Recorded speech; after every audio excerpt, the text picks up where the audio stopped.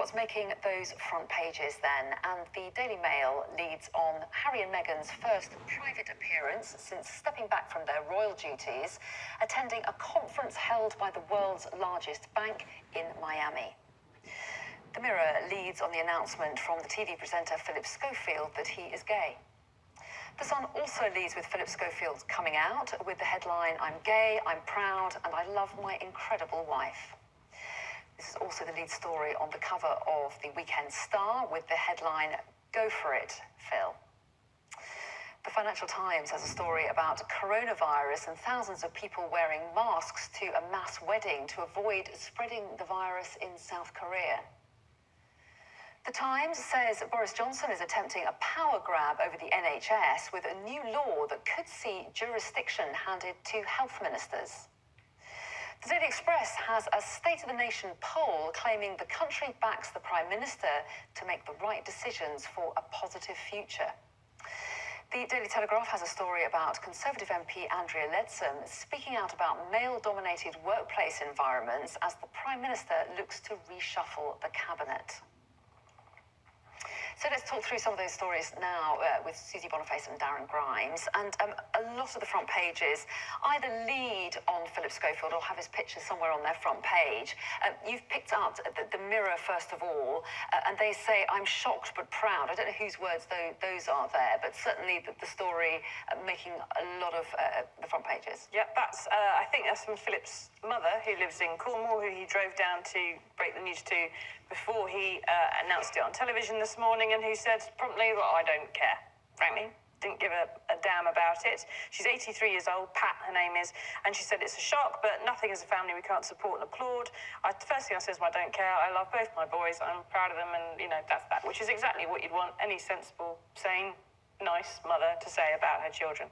And a lot of the speculation, not just in the press, but I think out there in the country, will be about why this has happened now and the effect that it may or may not be having on his wife, because he's been married for 27 years, and his children. In the interview earlier on, he said that his wife and his children were supportive and immediately hugged him when he sat down his children and broke the news to them, to his daughters.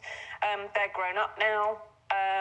And there's an awful lot of people sort of, when you just walk around and discuss this with other people, you sort of say, "Oh, but his wife, did she know, did she not know?" And I kind of think, when I heard the news, I just immediately thought, I don't care. And it's her business. It's nobody else's concern. If he has hurt her or not hurt her, it's them. It's just them. And why are we even discussing it? Well, yes, it's a big question. Is this news? Are you surprised it's on front pages? I do think it's news. I mean, I do agree with Susie, it's none of our business, but I hope his wife isn't hurt. I do hope she's all right in all of this. But putting that to one side, if I think back even 10 years ago when I was at school, and since then, we've seen same-sex marriage and other major pieces of legislation go through Parliament that are having a big effect on attitudes in this country. I was almost beaten out of the closet at school in a tiny ex-mining village in County Durham, but even at home, attitudes are massively changing to the extent, where my former armed forces granddad and nana both said, "Well, all right, Scott next door's gay." And it's that sort of, people... Why did it take you so long to tell us, Darren? Where have you been, Pet?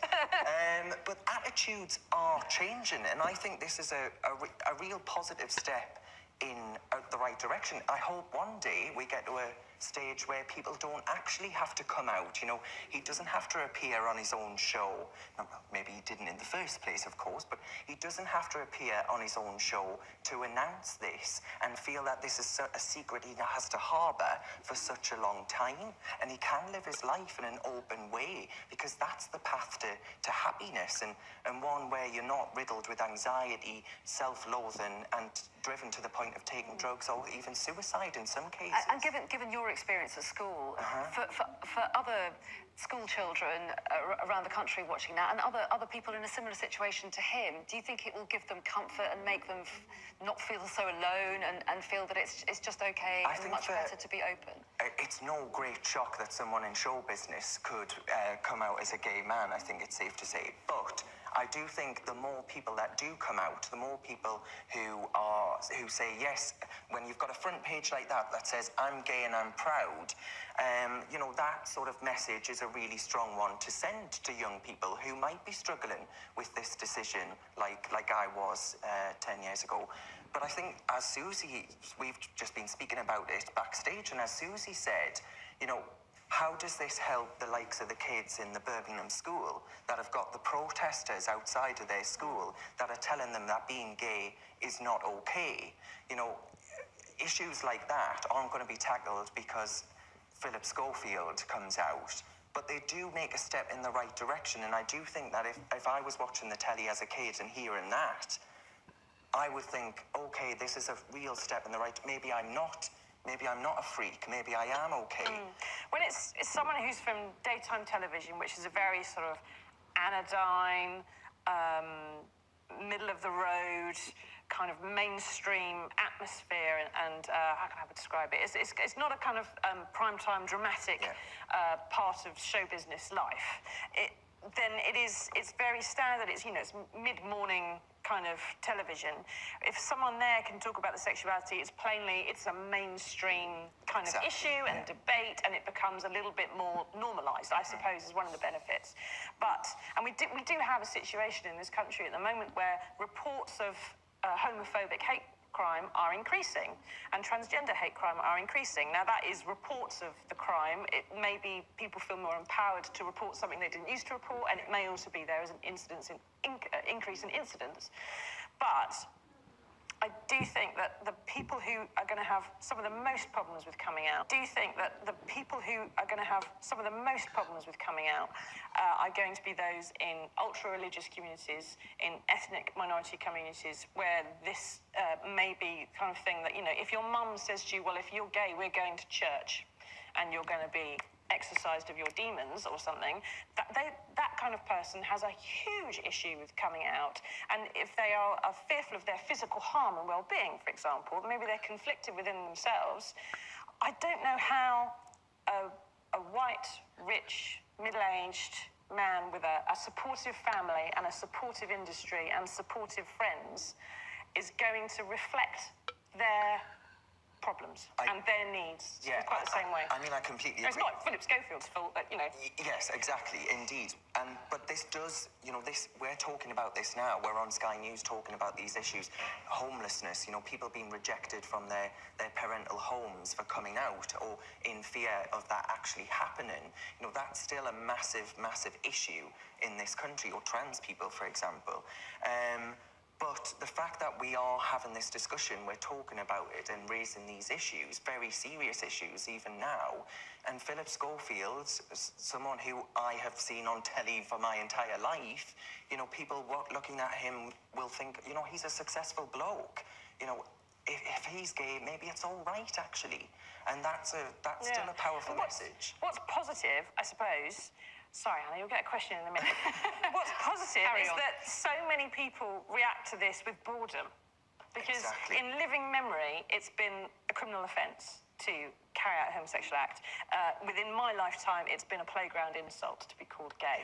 And we're now at a point where someone on mainstream television who's incredibly famous can announce it, and most people in most places are going to go, I was more surprised when he came out as grey. And yet... He has, as you say, done it clearly with an incredibly supportive family and, as you say, industry. But at the same time, it is quite a brave step, isn't it, to put yourself on the other side of the sofa, as he puts it. He talked about how, you know, he, day in, day out, he interviews people sitting on the other side of the sofa, bearing their souls, being very authentic and telling their stories. And he'd think, how brave, I need to put myself in that position. Exactly. It's still quite a big move for him to be public about this. Totally is. And, you know, him saying he was listening to people on his sofa week in, week out, be open and about their lives and honest with themselves. And I think he has said himself that it's that lack of being honest with himself that he just couldn't do anymore. And, you know, a lot of gay men, women and trans people will recognise that feeling of just being unable to live a moment longer without being honest about who you are and the way you were born, actually. And life lived in the closet is not a very happy life, and I do not think Philip Schofield will look back on this decision with regret. I think it will be the best decision he's made of his life, and actually he'll probably wish he'd done it sooner. As I say, I hope his wife's all Well, right. who knows whether he knew sooner? There's Exactly, lots of that's true, assumptions that's that true, if someone absolutely. comes out as gay, then they've always been gay, and sometimes they have, and sometimes they haven't, and it's the kind of thing what's Just best say left he's been to living other it for people. years, yeah. But I think it's positive that so many people we've had recently who've announced, a sexuality that is not the norm, shall we say, their families and the public in general have responded by going, I think that's a positive thing. So do you think a mark of progress will be a day when someone talks about their being gay and it doesn't make front pages? Is that what we're aspiring towards in the future? It's not the front page that's the issue, because with the fact that we're talking about it, the fact that we can have a 15-minute discussion about so many different ramifications is reason why it's across these pages. And it should be said as well, this coverage is across the board positive. I was looking at Twitter earlier on after he made his announcement, and again, it was across the board positive. There's a few people saying, well, why is he doing it now? But that's it. I think some of the problems are going to be the fact that he's said all this now, and there are more questions that are naturally raised about it. So he is going to have more attention as a result of doing it. He's going to have people want to talk to his wife and to want to find out about his wife feels about it. So. I mean, that said, though, we're not in a place where it doesn't matter to not come out. We are still in that place because, I'll come off air doing Sky Papers tonight and I can scroll through my Twitter mentions and there will be it won't be a deluge of it, but there will be the odd homophobic comment. And that's still happening, so these sort of comings out by high-profile individuals. Those protests at Parkfield School in Birmingham, where they've been on for more than a year, with parents and hardliners who are not even parents in any way connected to that school, who've gone in and stoked protest about a book that features two male penguins raising a chick together, which incidentally is something penguins actually do. And it strikes me that penguins are just better at handling this than us. They don't come out to each other. There isn't a huge fuss. There's no protest if two penguins, apart from the tap dancing, there's no protest about penguins parenting wrong. It's just penguins are being penguins. And if only we could send the bigots to Antarctica and get them to figure out the secret of penguins living happily with each other, then maybe we'd be slightly better as a species. On that slightly surreal note, we are going to take a break. But plenty more to talk about after the break, including Boris Johnson could fire up to 5 female ministers ahead of a cabinet reshuffle. That story in The Telegraph coming up next.